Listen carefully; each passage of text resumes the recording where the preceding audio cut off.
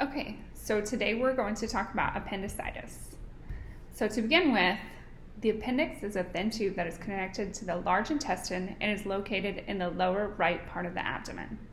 The appendix can become sore, swollen, or diseased, or infected, and can even rupture, precipitating a medical emergency.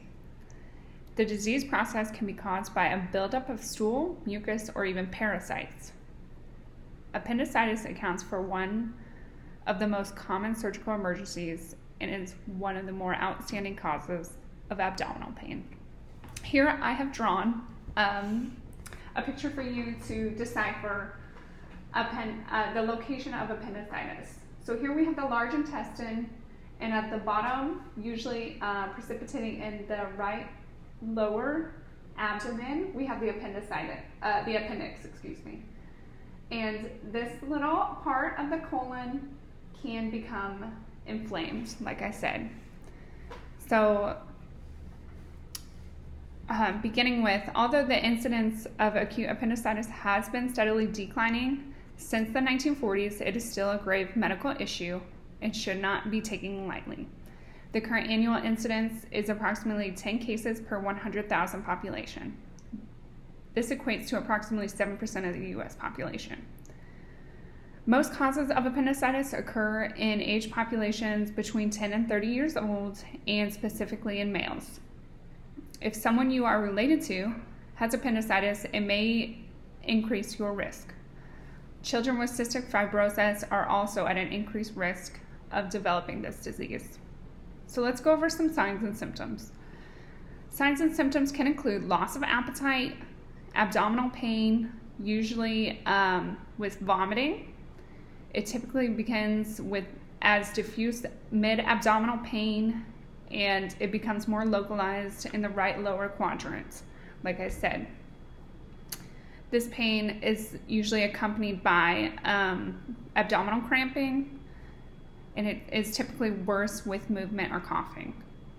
You can sometimes see fever and chills in patients with it, as well as diarrhea. To distinguish this disease between other diseases with similar presenting signs and symptoms, we would do a urinalysis to exclude possible UTI or renal colic.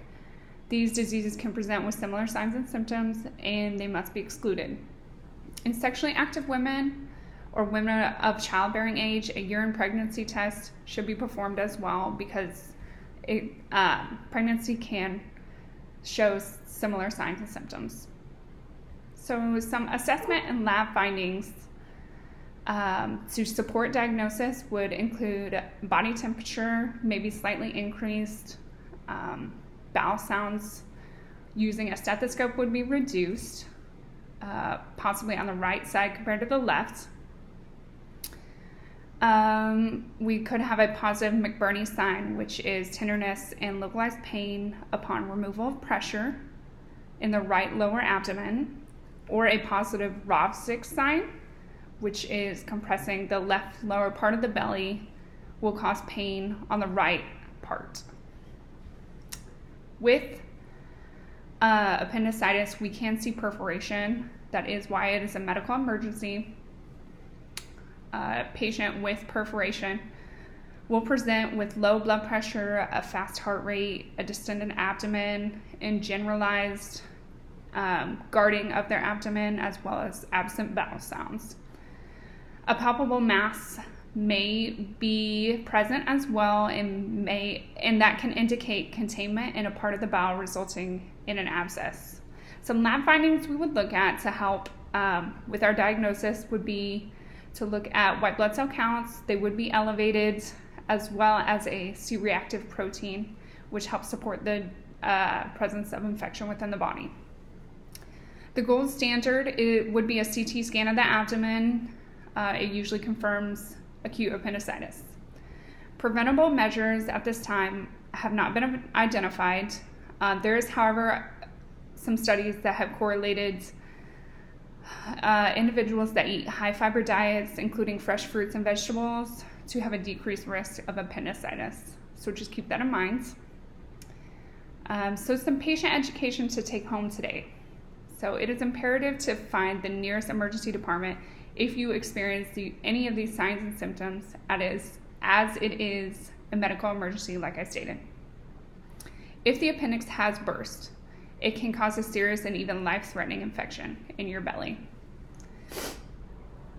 If you are having abdominal pain, avoid taking pain medicine, as it can hide characteristic disease symptoms for your practitioner to distinguish. If you are diagnosed with acute appendicitis, what you can expect is surgery, either traditional surgery or laparoscopic, to remove the infected part of your intestine. It is normal to live without an appendix, and usually diet and exercise changes are not indicated. And thank you for inquiring about appendicitis today, and I hope you learned something.